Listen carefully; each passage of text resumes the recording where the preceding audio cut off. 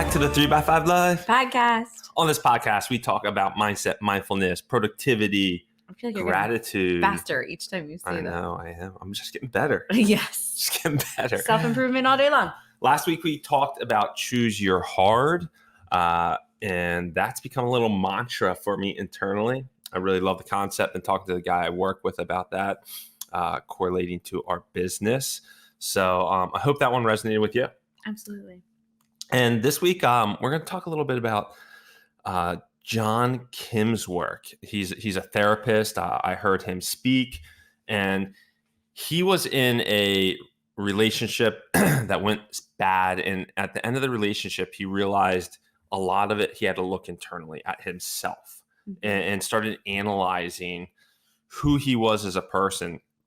And he talks about these interesting concepts with pseudo self, solid self, and he brought it back to the Fight Club analogy. So I'm sure most people in here have watched Fight Club. If you haven't, I'm going to say the end. But at the end, they basically... Spoiler. So basically, Edward Norton and Brad Pitt, like, you realize that they're the same person. And Edward Norton collides with what John Kim, this therapist, calls his solid self. So Brad Pitt was his solid self. And Edward Norton kept on fighting off his solid self to be his pseudo self. We're going to explain this here in a second. But at the end, the solid self wins out. And the solid self is the one that gets the girl, has all the confidence, moves forward with a purpose and meaningful life. And so your solid self is really the whispers you hear in your ear, the true person you are internally, instead of this pseudo self where you're almost like ripping out the best chapters in a book of who you want to show up as. And it's like removing the chapters of your book. So like if you had a book and you have these chapters, you're removing the pieces that you don't want people to see. So when you show them the book, it just has those shiny pieces. And it's that idea of how do you become that solid self that has all of the parts, all of the prickly parts too. And John Kim talked about that in a relationship when it does go bad, like it's really easy to blame the other person. But I think he utilized that as a catalyst. And sometimes that's what it takes for us to do the work to go like internal with who you are as a person. Like, and to be fully transparent, we all do that where we show our best chapters to people. Yep. And I think that is something to remember, that's okay. We want to present ourselves the best way we possibly can. But in order to, he was talking about from the lens of a relationship. And when you are in a relationship, whether that be a deep friendship or a deep family member or a romantic relationship, in order to be that solid self, you need to give the whole book. The whole book needs to be presented in full transparency and vulnerability in order for your relationship to truly work. Yes, exactly. And he also talks about almost like another way to look at it is like the big self versus, the little self. And the big self is, loving yourself from the inside out instead of the outside in. So letting all the outside distractions be what drives your meaning instead of who you are internally is driving, your meaning, your purpose compared to, what your parents want or what external validation, all of that. We spend a lot of time there, right? In that external validation stage of our lives where every choice that we're making is to please somebody else. And so I liked that idea of like inside out versus outside in. I thought that was a really good point too, for sure. The other thing that he talks about and how to kind of like, I guess you can kind of use that inside out as like your compass or like a tool to help you find your solid self. Right. Like stop listening to the noise that's coming in like from the outside and start listening to what are those true, like in your gut feelings of how you want to live and show up in your life. And that would be that solid self that's like speaking to you or whispering to you. He talks about the difference between, and on this podcast, we've talked a ton about self-love and how do you show up for yourself, and you have to have self-love first before you can show up for anybody else. But he put it in an interesting way where he said, even more important than self-love is to like yourself. And so love is something that's like unconditional. Like I will love my kids no matter what they do in the world. Like they can do anything and that love will never, ever go away. Or certain family members that you just love because they're your family members. Right. And so you might have these people in your life who you love unconditionally, but do you truly like them? And so that idea of like, And I like my kids for sure. But like, just the idea that uncle that you love, but you don't really like. So like isn't a choice, or is a choice, yes. Right? Like you have to choose to like yourself. And so what are those characteristics or qualities that you do like?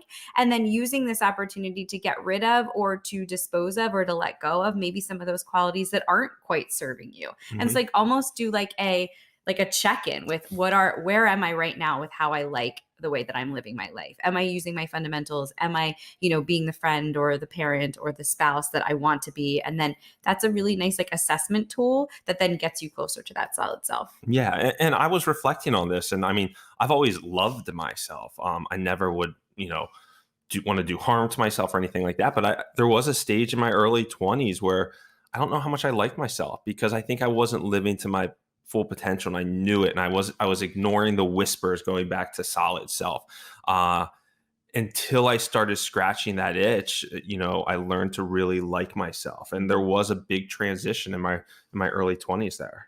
Because if you want to like yourself, you have to start putting things into practice, right? Like maybe you're not happy with the way that you are physically, like you're feeling fatigued and low energy. And so you need to do something to help support that. And so that like yourself is a like assessment tool, but then the actions, like we always talk about, that will get you closer to that like. And for you, it was you let go of like some of the things that were distracting you from your job. Like I remember I would be like, I was teaching at the same time that he was working, and he would be, sending out emails with funny memes and stuff. And he'd be like, and I'm like, what are you doing? You're supposed to be too worried about making my college buddies laugh. Right. Like compared to actually working. And so that is where a lot of your like focus and fundamentals at work have come in, because you have a very strategic like focus blocks, and those tools that you put into place are what allowed you to like yourself in your role as business professional or whatever. Yes, and that's the other thing. You can like yourself in one area and maybe not like yourself in another area of your life. You might really like yourself in how you show up for your kids,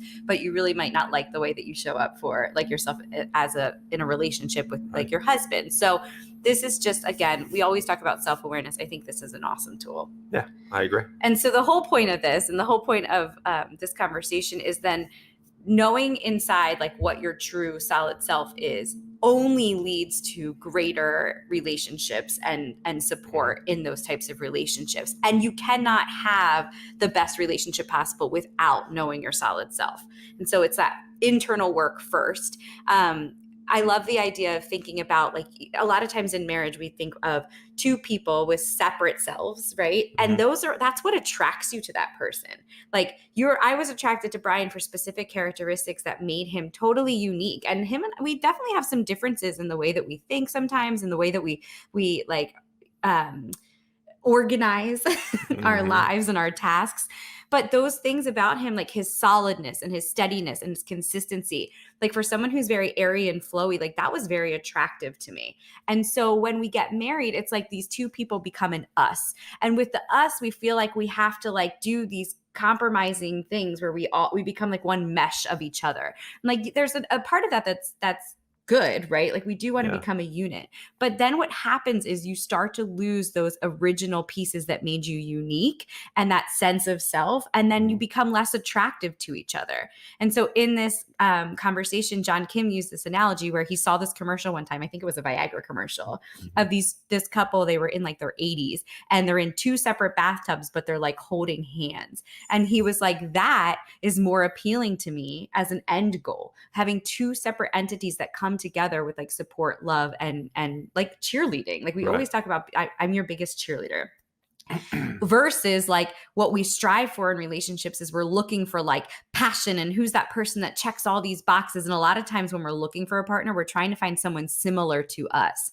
But that contrast is like, what is the beauty in the contrast of finding someone who's not similar to you, right? So we look at like the picture of like, we want, a hot tub with a woman like all over the man in the hot tub. And that's like that passion piece of what we strive for in relationships. But what if we redefine that as just finding these two people who have these unique, wonderful sense of self that then come together, and that they use that as a way to connect versus like melding or meshing or melting. Yeah. I don't know. I just thought that was like a really cool visual. It is a fantastic visual. And in this relationship too, I mean, everybody's looking for the pot of gold at the end of the rainbow, of what they're striving for, what the perfect ideal relationship is, or what we're all, the house we want to buy, or this vacation we want to go on. And we have to look for the coins along the rainbow. Especially in relationships. Yes. Because there's just coins sprinkled throughout the rainbow. So as you're going on this journey together, to be present in those little, micro moments of joy together. And celebration of that present of what's going well right now. I think that's really important. We wait and wait and wait for our relationships to be perfect. And when they're not perfect, there's that shame and blame game.